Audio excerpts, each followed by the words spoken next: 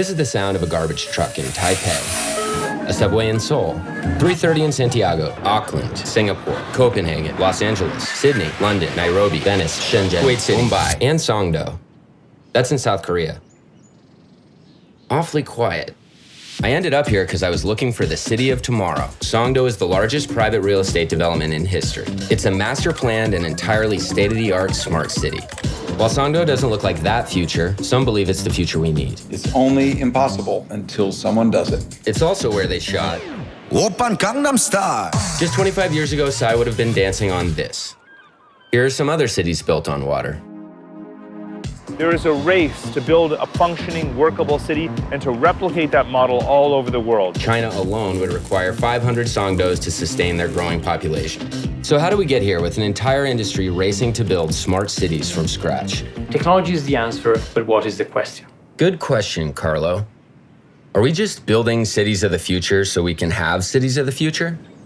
Let's take a step back.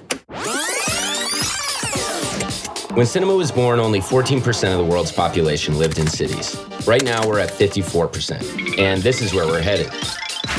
Cities today are growing at a pace that none of us have ever understood. Now, that's a huge deal when you think about it, because the resources that built the megacities of the 20th century aren't sustainable today. We do damage to nature, and we do less damage to nature when we occupy less of it. We're not going to make our planet grow and thrive by continuing to sprawl out. They're basically saying that when density is done right, it's the best, if not the only, solution to our growing climate crisis. So is future urbanization going to be a good thing or a bad thing? If you care about people, this is the defining question of our time. The Nantucket Project asked me to explore that question, because that's what they do, explore. So I read books, talked to experts, traveled around the world, asked the internet for help, and got responses from people in all these cities. This is Lucas, we met on YouTube. They'd show me around, and when I couldn't visit in person, they'd send me footage. The best thing about cities and the internet is they connect people. So this movie's about exploring what an even more connected urban future could look like.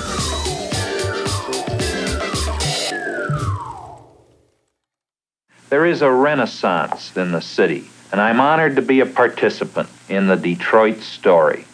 That was Mayor Jerome Kavanaugh making a bid for the 1968 Olympics. 50 years later, population still in decline, Detroit went bankrupt.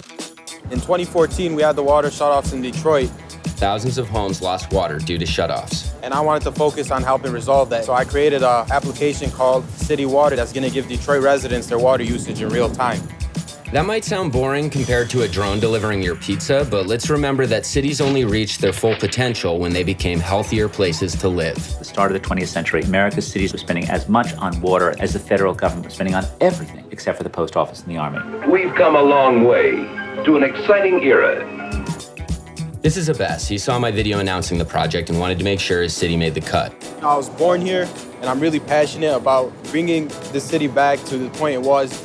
We're no Silicon Valley, but we're trying to become a city that brings tools and brings solutions and brings jobs back. Detroit is his company's first client. That means they're using data to prevent this kind of thing. When the citizens say, I don't need to have a smart city, but whatever new innovation it comes, if it helps me, I'm going to embrace it.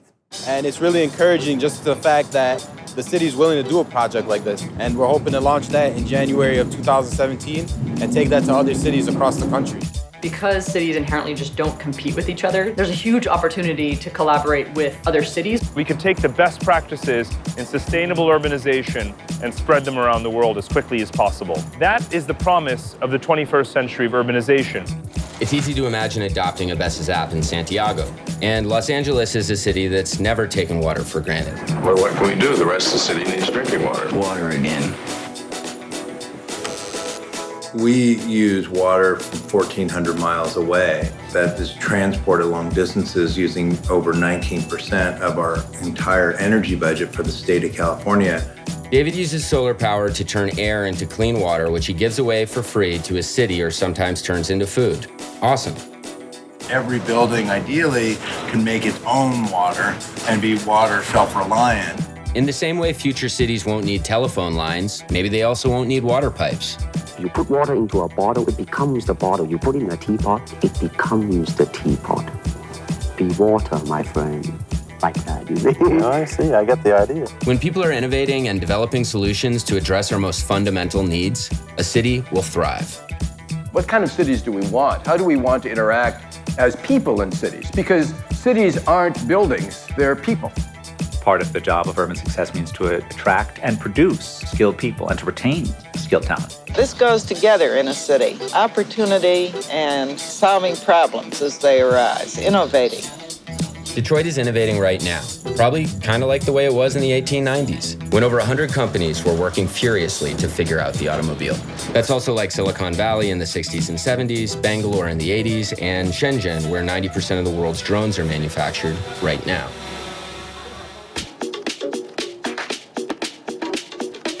There's at least 26% of the technology from Silicon Valley actually come from Shenzhen. Cities are more complicated than the headlines they make on the other side of the world.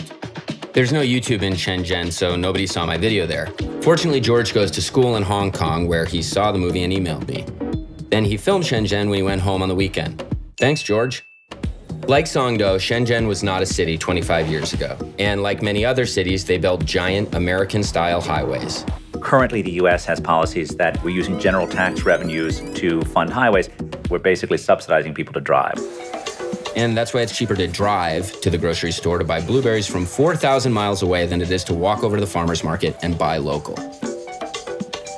Can you tell I'm eating blueberries? You can tell you're eating what you got. Okay, cool. Our subsidies and policies encourage bad habits, but the false message we send globally is that big highways solve problems. Transportation's been a very sleepy field for 50 years. You're starting to see people rethink what our streets are about and who they're for. Now cities are spending money getting rid of highways, confirming that more transportation choices and less parking are often the best ways to fight traffic and congestion. This used to be a motorway, now it's a public space. So you got green space, shade, clean water, natural cooler temperature in the area, and sure enough, traffic got better. Seoul is turning another highway into a path for people. Paris is going full pedestrian along the Seine. In Singapore, where they just debuted a self-driving taxi, they're also building a city with no cars. Same thing in Mannheim, Germany. Which, ironically, is where this guy invented the first car. The future of our cities is about people. That really does mean focusing on public transportation and providing choices for how people get around. The number one factor that determines whether someone can escape poverty, you would think it'd be like crime rates or school, is commute time. When walking, cycling, and public transportation are the fastest ways to move, nobody feels like a second-class citizen for not owning a car. That's going to be the secret sauce for cities in the 21st century. Check out all these Metro cards. That last one's from Singapore, where I didn't meet a single person who owns a car. It's hard to beat the Singaporeans. In Singapore, a Toyota Corolla costs 140 grand, and the government only lets you lease it for 10 years. The fact that they embraced having something that actually charges people for the social cost of their driving is a policy that basically all crowded cities should be embracing. In Santiago, you can get around in this electric rickshaw for free. The design came from China. Let's go back there.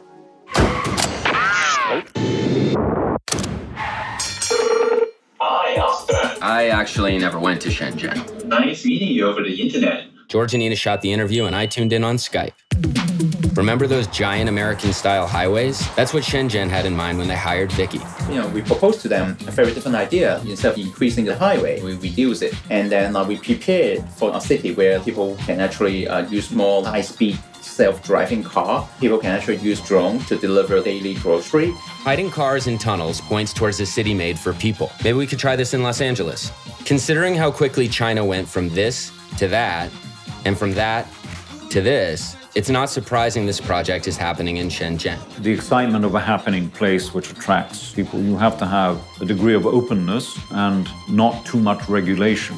Shenzhen spends more time making things than hiring patent lawyers to protect them. In the West, it's called theft. Out here, it's called sharing. And if you want to know more about that, you should watch my friend Jim's documentary. The point is, it's exciting to live in a city where people are making things. That's why I moved to New York, because I was drawn to all these people who were doing more with less. The most elusive solutions often spring from unlikely places. Geothermal energy power plant. This is a fog catcher, and it can get up to 500 liters of water a day. If you can do something good with low budget resources, you can scale up very rapidly. Sometimes those solutions can end up shaping a city's identity. In Lagos, which is where this music is from, by the way, they call it Kanju. The word literally means like hustling. Trying to reimagine these challenges in Africa as opportunities to innovate is the spirit of Kanju. Flooding is an issue in Makoko, so they built a school that floats by using cheap and available materials. This woman turns discarded plastic into bricks in Karachi. In Nairobi, nobody uses credit cards or cash, all you need is a phone. In Manila, they turn water bottles into solar light bulbs. And the people of India have always made more out of less. The inexpensive clay fridge that requires no electricity or their hyper-efficient, massive homemade meal delivery system could never have been conceived by some well-heeled think tank. Dr. Jocham has lived in the slums for 50 years, built 1 million houses and toilets, been nominated for a Nobel Peace Prize, and brought his organization, Slum Dwellers International, to 43 different countries. We don't need you to come and sit on my head and dance. I know how to write my song. It is my dance, my song, I will play it. He's basically saying, we got this. If you want to help, channel your support through us. For example, here's a self-run recycling operation in Jocham's neighborhood. We all want to be involved in the futures of the places where we live. You go and see every city in the world. All has been planned by very, very super well-known, renowned architect and philosopher and so on and so forth. You have lost all the sense of hearing from the people.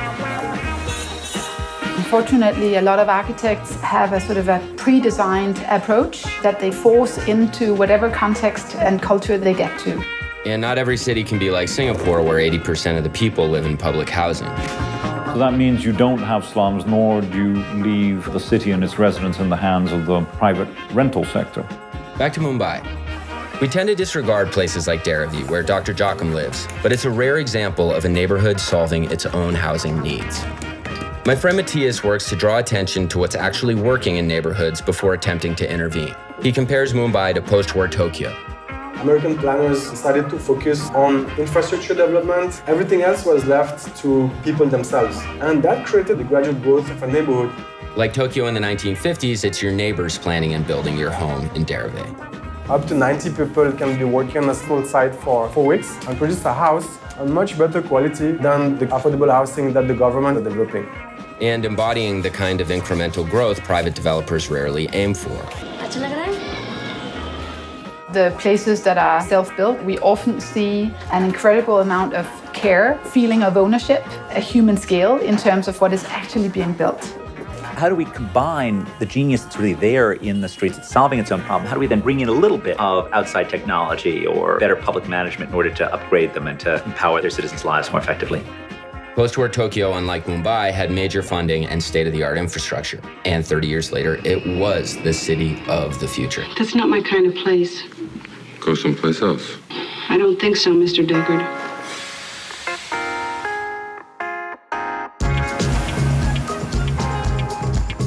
Around the same time that Tokyo was booming, Copenhagen was struggling. In the 70s, we had a couple of energy crises. People started to fight for getting better bicycle infrastructure, and the city gradually started developing that mobility system.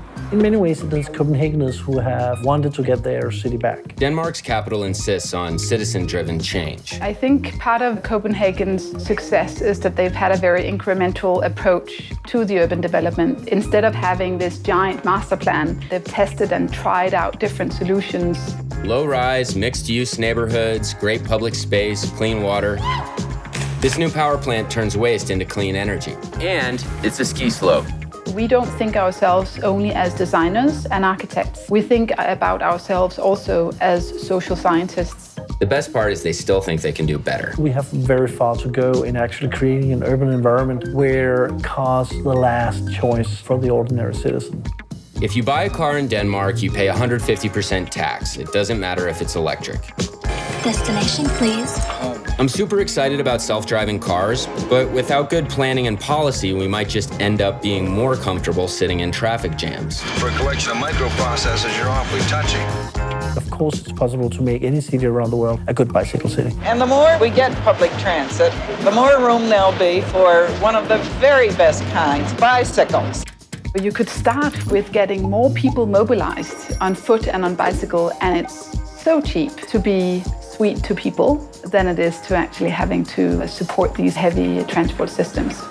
A person on a bike puts 65,000. A person on a bike puts a fraction of the wear and tear that the average car puts on the road. And as you'll remember, roads don't pay for themselves. Since I started editing this project, New York City Bike has broken daily ridership records 6 times. And the cool part is you can see all the data gathered from the program in real time. In the past, our streets have really been governed by anecdotes instead of analysis. And so we brought very focused, data-driven approaches to analyze the impacts of our projects. And so really seeing how we can take technology and not kind of replace what we're able to do, but kind of enhance our ability to interact with our environment. Well, then what do you want to do? I don't know, something. Wow. Some think that technology is going to make us more physically isolated. People will stop moving around. Right. They just won't need to. You basically connect your brain to the internet and you turn off your senses, and the senses come from the internet. And so you could feel this exact setting. Why would you get in a car? Why would you get on a plane? I just couldn't imagine that, and the whole point of this video was to go to real places and connect with real people, mostly in person.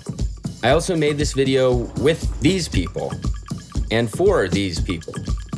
It's kind of like a city. Thinking hard about who we're making them for and who we're changing them with is always a good starting point. Super tired.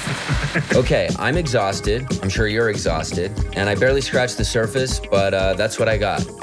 Bye-bye, Copenhageners. Bye, Singaporeans. Bye, Songdonians. Bye, Mumbaiakers. I'm gonna leave you with this quote from the great Jane Jacobs. Lowly, unpurposeful, and random as they may appear, sidewalk contacts are the small change from which a city's wealth of public life may grow. Cities remind us how much we benefit from and actually desire to share physical space with other people. But that doesn't mean one city can't learn from another. And the speed at which we're sharing what we're learning, the speed at which I connected with an army of filmmakers all over the world to make this video, was the most encouraging part of the experience. And while every city was exciting, it was the people in every city that made me optimistic for the future.